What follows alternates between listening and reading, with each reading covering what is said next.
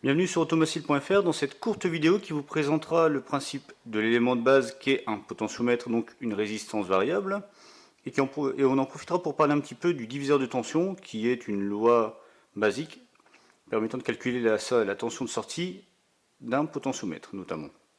Donc on va commencer par une première partie un peu théorique qui va vous expliquer le fonctionnement et la conception d'un potentiomètre et comment calculer la sortie à ses bornes, et puis finir avec un peu de pratique. Alors avant de parler de la partie diviseur de tension, nous allons parler du potentiomètre. Alors un potentiomètre est en fait une résistance variable, qui peut se présenter sous plusieurs formes, la plus connue étant celle d'un bouton tournant, et qui est composée de trois bornes. Donc les deux bornes à ses extrémités représentent la résistance totale du potentiomètre. Et la borne du milieu représente la partie variable de la résistance. Alors, si on prend l'un des schémas électriques associés au potentiomètre, on retrouve les trois bornes ABC qui sont les trois bornes de notre potentiomètre à bouton tournant. On voit bien entre A et B la résistance totale et pour la borne C la résistance qui se déplace de part et d'autre. Alors, si on prend un schéma, un équivalent électrique avec deux résistances, on retrouve encore une fois A et B, la résistance totale, la somme des deux résistances, qui représente la résistance totale de notre potentiomètre, et la borne C qui se promène. Donc, plus nous diminuerons la valeur de notre potentiomètre, donc plus nous tournerons le bouton vers la gauche, plus R1 diminuera et R2 augmentera, ce qui fait que la différence de tension entre le point A et le point C sera minimale, donc on se rapprochera du 0 V. Et si nous mettons par exemple 5 volts entre A et B, plus nous tournerons le bouton vers la droite, donc plus nous augmenterons le potentiomètre, plus C se déplacera vers le haut, donc plus R2 sera faible et plus R1 sera élevé. Donc on se rapprochera de la tension du point B, donc on se rapprochera des 5 volts.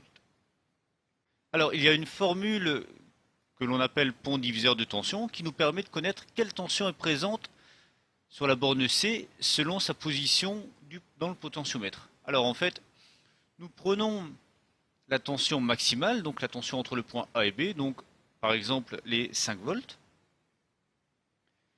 que nous multiplions par la résistance qui est présente entre le point C et le point A, donc que nous multiplions par R1, et cet ensemble, nous le divisons par la résistance totale du potentiomètre, donc R1 et R2.